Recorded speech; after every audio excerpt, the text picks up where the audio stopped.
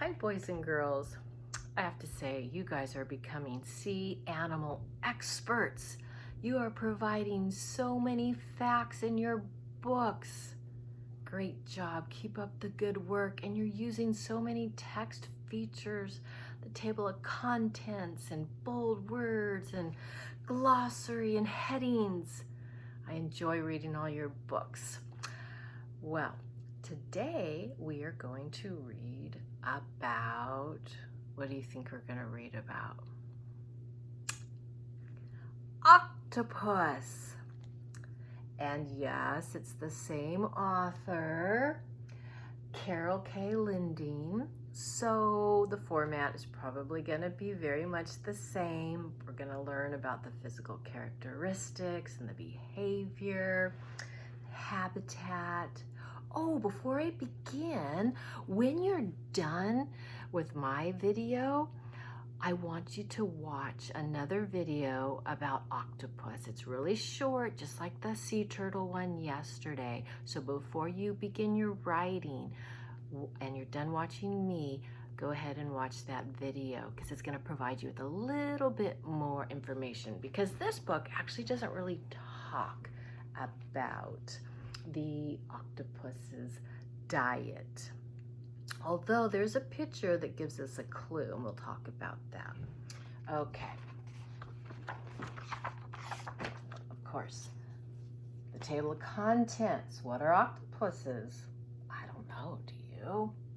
Body parts, what octopuses do under the sea, and of course the glossary. What are octopuses? Octopuses are animals that swim near the ocean floor. Okay, But it doesn't tell us if it's a mammal or a reptile or a fish. I guess we could always do some more research if we wanted to on our own, if the book doesn't tell us.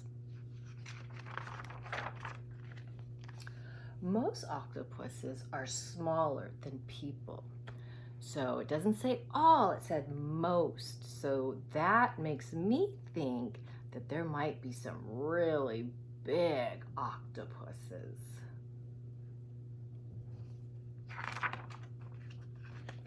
Body parts. So in this section, we're going to learn about the body parts of the octopus. Octopuses have 8 tentacles. I bet you guys already knew that. The tentacles are joined to their heads. Wow, kind of looks like a spider, huh? Octopuses have suckers on their tentacles. Ooh, see those suckers? Suckers hold on to food. So look at what the octopus is holding on to. That looks like a fish to me. How many of you think octopus eat fish? Octopuses have 2 big eyes. Look at the eyes. The better to see you with. They can see well in water.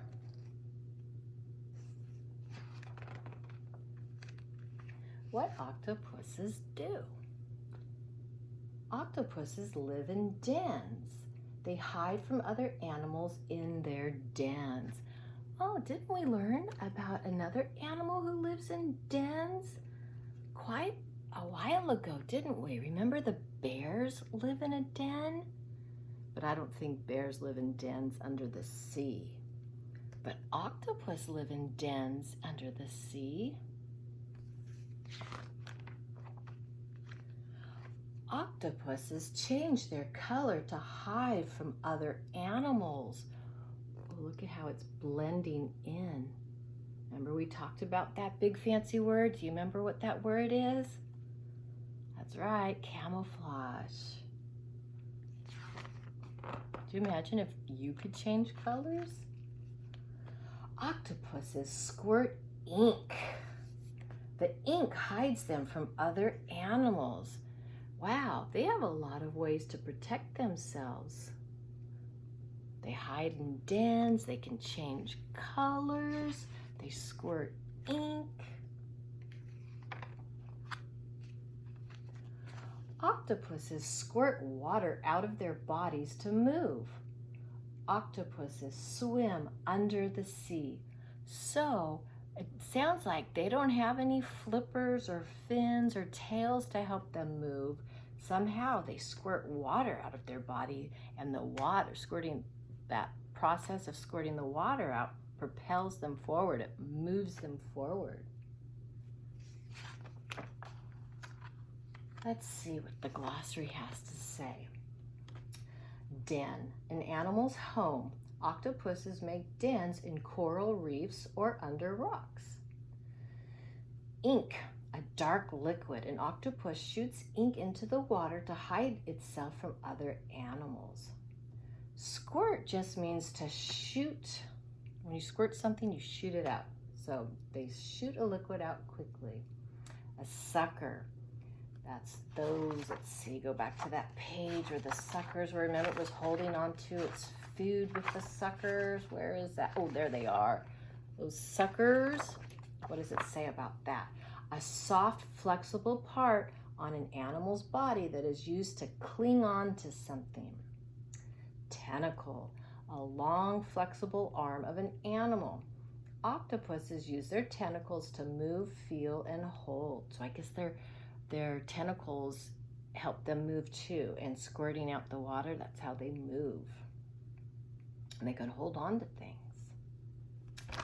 Wow, you guys learned an awful lot about octopus.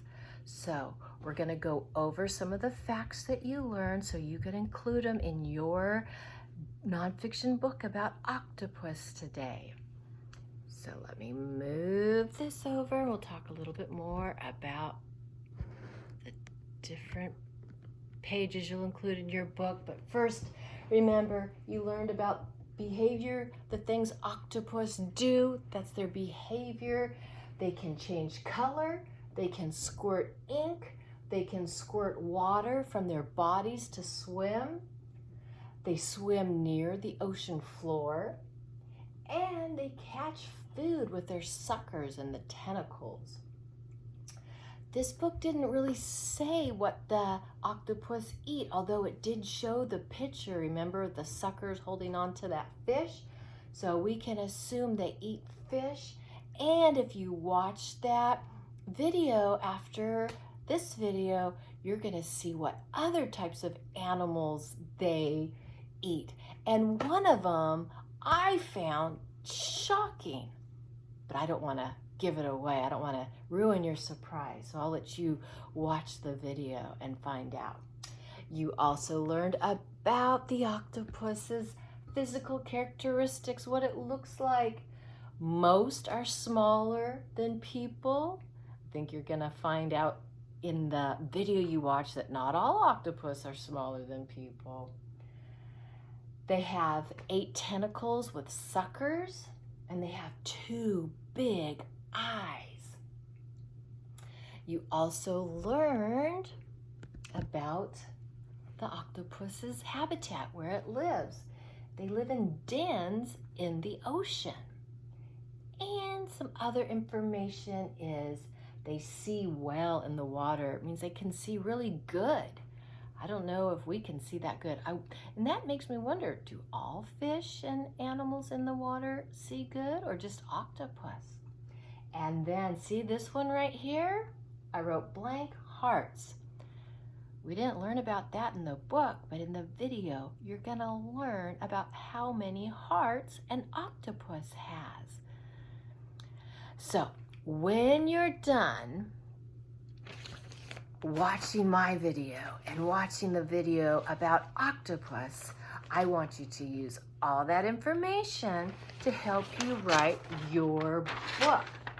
But before I go over